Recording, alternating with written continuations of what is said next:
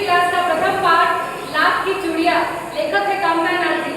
उनका एक लघु नाटिका के माध्यम से उनकी कहानी को समझने का प्रयत्न करेंगे कि बल्लू काका ग्रामीण क्षेत्र से थे और जो लेखक थे वो शहरी क्षेत्र से थे।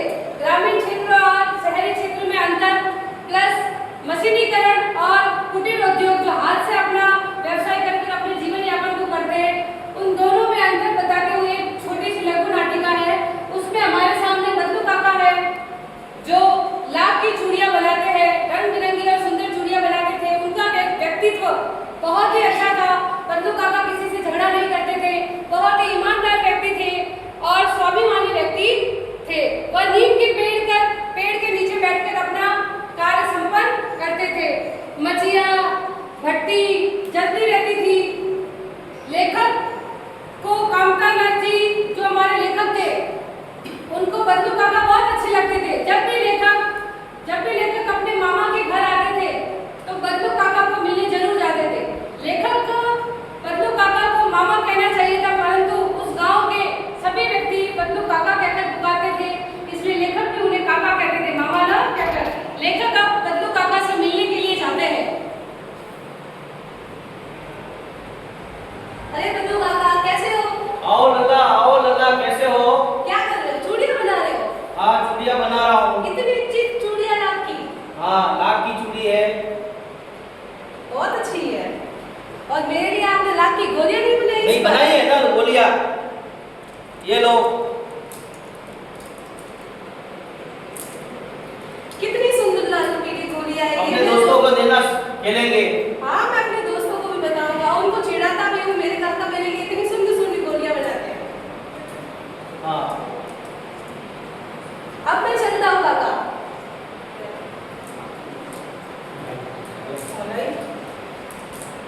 लो लता मलाई खाओ। अरे मलाई, और इस बार आम की खेती नहीं हुई? नहीं अभी पेट तोड़ के लाता हूँ।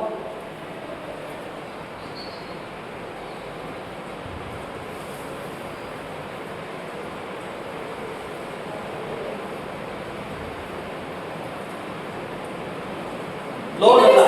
कितने सारे? हाँ तुम्हारे लिए सारे। अरे बहुत अच्छे, बहुत मीठे हैं। ये पूरे खाओ और बचे तो ले जाना घर।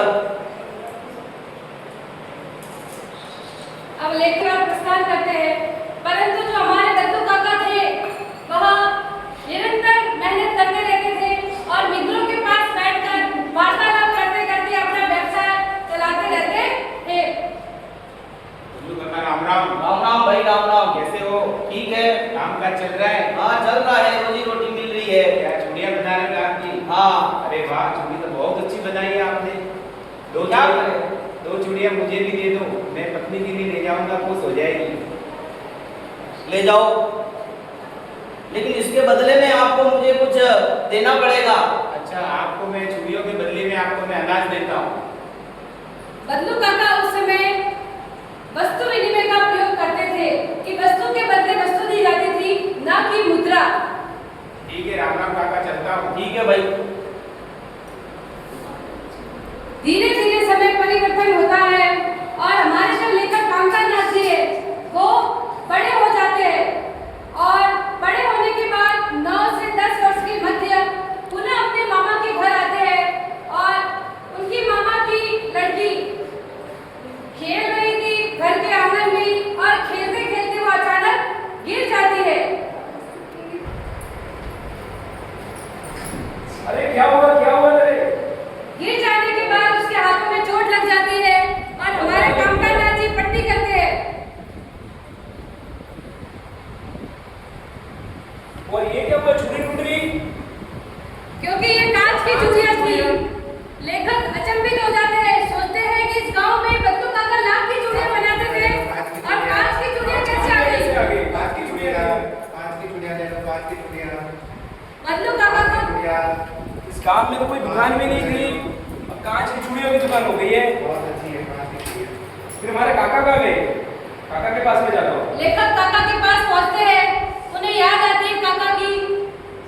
घूमते घूमते बल्लू काका का धंधा समाप्त हो गया है। वह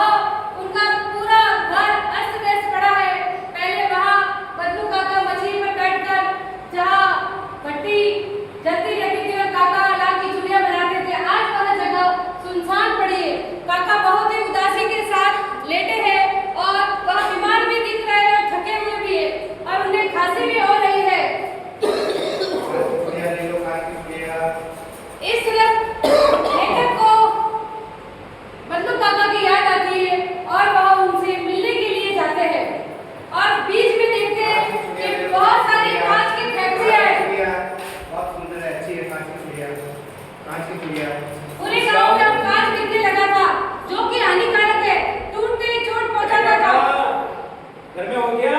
हाँ कौन है भाई? अरे काका उठो उठो, क्या हुआ? आपका स्वास्थ्य तो ठीक है? हाँ ठीक है।